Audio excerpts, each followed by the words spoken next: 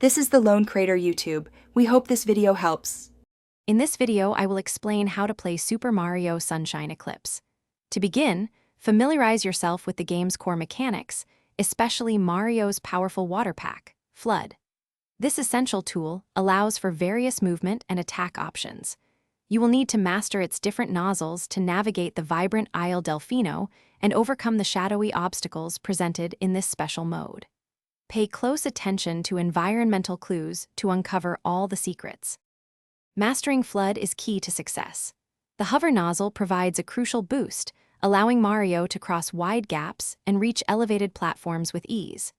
Don't forget the turbo nozzle for incredible speed across water and the rocket nozzle for soaring to great heights. Combine these with Mario's acrobatic moves, like the triple jump and wall jump, to access every corner of the island. Precision in movement will save you much time. Your primary goal is to collect shine sprites, which are essential for progressing through the game. There are many ways to earn them. Some are awarded for completing main objectives, while others are hidden. Look for 8 red coins in specific areas to reveal a new shine sprite. Additionally, collecting 100 yellow coins will grant you an extra life, which is always helpful when facing tough challenges.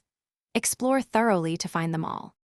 The Eclipse mode introduces unique challenges, often involving shadowy enemies and darkened environments. Use FLUDD powerful water stream to cleanse the goop and defeat these foes. Some areas will require you to activate light sources or solve environmental puzzles to proceed. Keep an eye out for subtle hints in the scenery, as they often point to hidden passages or solutions.